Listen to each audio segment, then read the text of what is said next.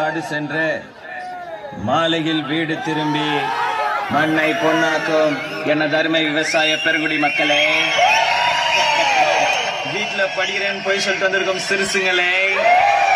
எப்ப வேணாலும் போயிடுவோம் போல இருக்கும் பெருசுங்களே, இளைஞர்களை கவர்வதற்கென்று கலர் கலர் பவுடர் பூசிக்கொண்டு வந்திருக்கும் இளைஞர்களே மற்றும் மீசைக்காரர்களே